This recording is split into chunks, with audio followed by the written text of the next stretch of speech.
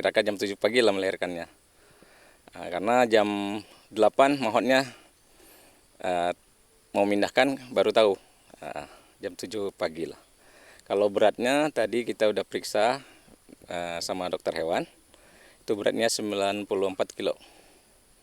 Kalau induknya beratnya 2,7 ton. Induknya. Untuk kondisi bayi, Bang? Kalau untuk kondisi bayi dan induk, hasil pemeriksaan dokter hewan kita tadi, itu dalam keadaan sehat dua-duanya.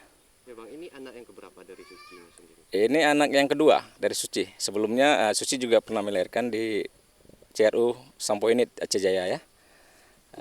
Setelah itu dia melahirkan di sini. Ini anak yang kedua.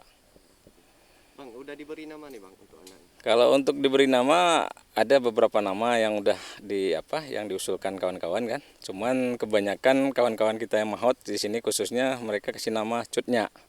Mungkin berdasarkan daerah sini ya, Melabu ya.